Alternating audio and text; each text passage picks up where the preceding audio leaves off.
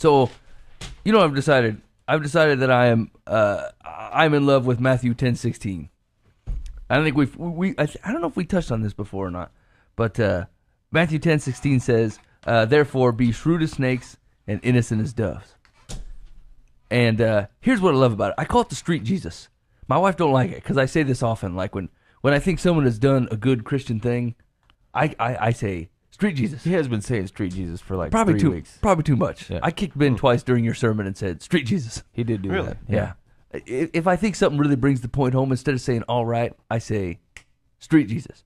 And for some reason, what that means to me is when he says real therefore Jesus. be shrewd as snakes and innocent as doves. These are two things that I mean, they seem like they're way different, but really, I think it's just a perfect way to witness to people. Because some people are gifted with, gabbing, talking to people, preaching, talking to large crowds, whatever, boldness, forwardness, and it's really not me. Now it can be, if the Lord wants me to be that way, and I pray on it, and that's what He wants, and that's the way it's going to go down. But like right now, and I've used this technique probably like over the last six months, and I've used it successfully. And here's what I love about it: shrewd as snakes and innocent as doves means two things.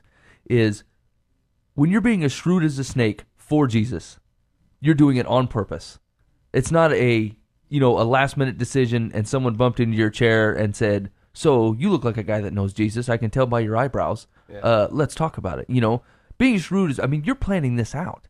You just met a person. You're not sure where they stand with Christ, but here's how you figure it out. And the way I normally do it is I just drop subtle hints throughout the conversation.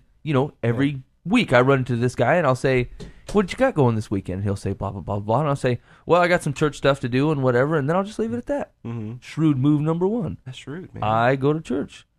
He didn't mention that he went to church. We'll just wait on it. And then shrewd move number two comes around next week. Introduction to the whole idea. Planted a seed. Right, blah, blah, blah. Some will be totally out of whoa, where'd that come from? Exactly. And so next week it's, so what do you do Monday nights? Blah, blah, blah, this and this. And I say, well, we got a Jesus radio show that we like to do. You stop by and check it out. Oh, you're on the radio. That's cool. Shrewd move number two. You're not how's your relationship with Christ going? Mm-hmm. Do you go to church anywhere? What's your deal? Are you a sinner like me? Mm-hmm. Are you going to burn in hell eternally? Right. Just planting the seed. And the way I like to think about it is and I was talking to you guys about this earlier, is kind of like the movie Sixth Sense without the death. Like you can watch the whole movie and then at the end when they tell you what happened, you play back the entire movie in your head and realize, yeah, that makes perfect sense. Yeah. And that's what the street Jesus thing is. The innocent, the shrewd as snake, innocent as dove is. You're innocent as dove. You're following the Lord's word and you're doing what you're supposed to in your everyday life. And then when that conversation finally happens, where you say, I follow Jesus. How's your deal going?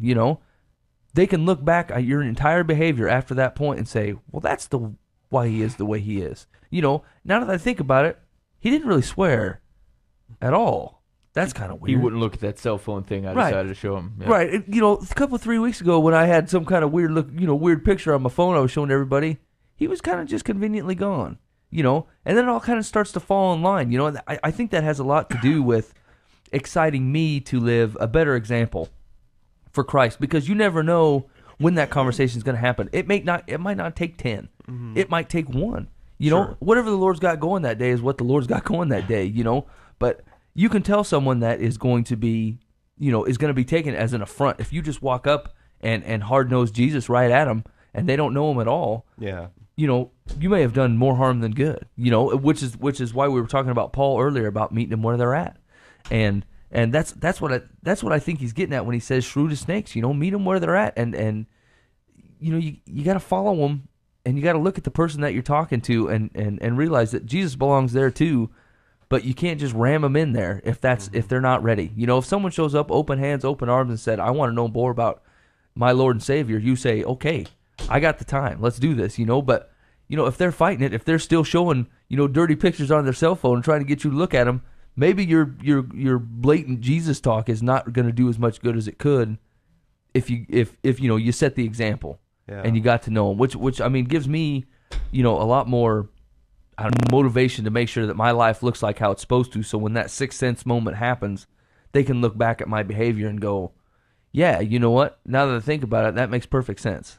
of why he acts the way he does. But there's when we talk about going out for purpose and being shrewd as snakes, a lot of it has to do with you have to realize how important your particular opportunity is. I realized I work in an insurance building here downtown. It's a carded building. You don't get in without a card. Pastor Dan right here can't go walking around the building. He cannot get into those hallways. I'm in the hallways. I'm the guy that gets to walk those hallways and to stand in those lines and to hit in that lunchroom. And Pastor Dan will never be there. So I mean, if it can't, that's true. Joel Osteen's not going to stop by. Yeah, it's not going to happen, right? So who's going to do that? Whose purpose is it to be there? Being a part of lives that are in that building. If it's not mine, you can't wait for the guy. Well, I don't do the preaching, or I didn't go through the seminary, so that's not my gig. That is your gig. I'm the only guy there. Mm-hmm. I'm the guy that's doing that stuff. So, I think we realize how much impact you have or potential you have, even in your own situation. Because again, expecting someone to just kind of show up to church, if I'm in that situation daily and I don't do anything about it, the likelihood of them stopping by my desk and saying, "Hey, man, you know anything about Christ? Because I'm interested." It's slim to none. You got to be purposeful. So anyway, I think there's a lot of potential there, and recognize, being purposeful and the potential that you have. I think that's something to be mindful of and be confident about when you're reaching out. Mm-hmm. So true, definitely.